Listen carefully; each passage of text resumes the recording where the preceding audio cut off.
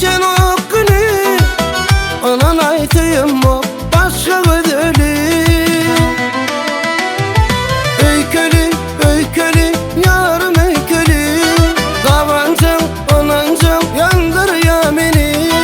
Öykülü, öykülü, yaşlı gülleri, anan aydı demem, dinlemok beni.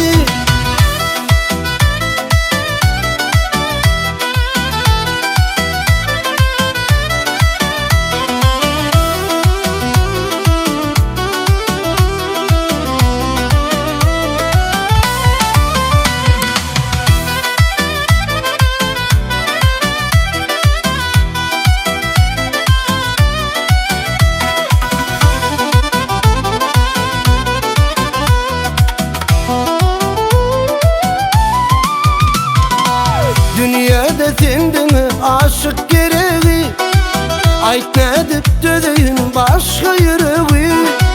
Kavancan ediydim, kavanma beni, başkanı del ölüm seyyanetini. Öykülü, öykülü,